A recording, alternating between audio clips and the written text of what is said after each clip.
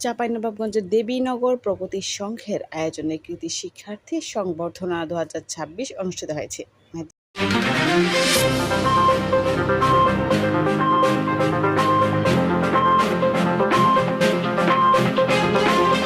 মেহেদুল ইসলাম ফরহাদ, চাঁপাইনবাবগঞ্জ জেলা প্রতিনিধি। চাঁপাইনবাবগঞ্জের দেবীনগর প্রগতি সংঘের আয়োজনে কৃতি শিক্ষার্থী সংবর্ধনা 2026 অনুষ্ঠিত হয়েছে। গতকাল 30 তারিখ সন্ধ্যা 7টার সময় প্রগতি সংঘের সভাপতি জনাব মামুনুর রশিদ এর সভাপতিত্বে প্রধান অতিথি হিসেবে ছিলেন জেলা পরিষদের প্রশাসক জনাব হারুনুর রশিদ ও বিশেষ অতিথি ছিলেন বৈদেশিক ও কর্মসংস্থান মন্ত্রণালয়ের উপসচিব জনাব মোহাম্মদ শওকত আলী বিশ্বাস।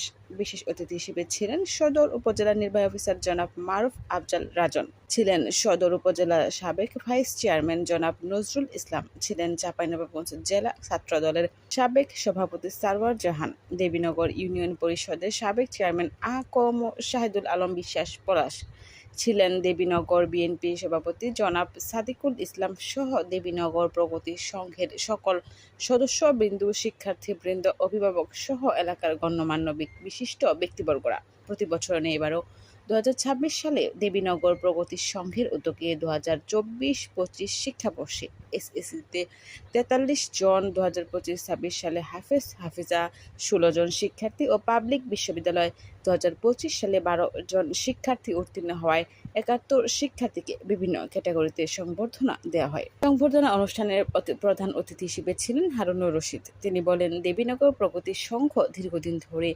শিক্ষা, সামাজিক উন্নয়ন, বনায়ন, খেলাধুলা সহ বিভিন্ন জনকল্যাণমূলক কর্মকাণ্ড পরিচালনা করে আসছে। সংগঠনটির এমন উদ্যোগ প্রশংসনীয়। ভবিষ্যতেও আমি তাদের বিভিন্ন উন্নয়নমূলক কর্মকাণ্ডের সহযোগিতার হাত বাড়িয়ে দিতে চাই। তিনি আরও বলেন, প্রগতি সংঘ আরও উদ্যম ও নিষ্ঠার সঙ্গে সমাজ উন্নয়নে কাজ করবে এবং শিক্ষার্থীদের মেধা বিকাশে গুরুত্বপূর্ণ ভূমিকা রাখবে বলে আমি প্রত্যাশা করি। অনুষ্ঠান শেষে সংবর্ধিত শিক্ষার্থীদের হাতে সম্মান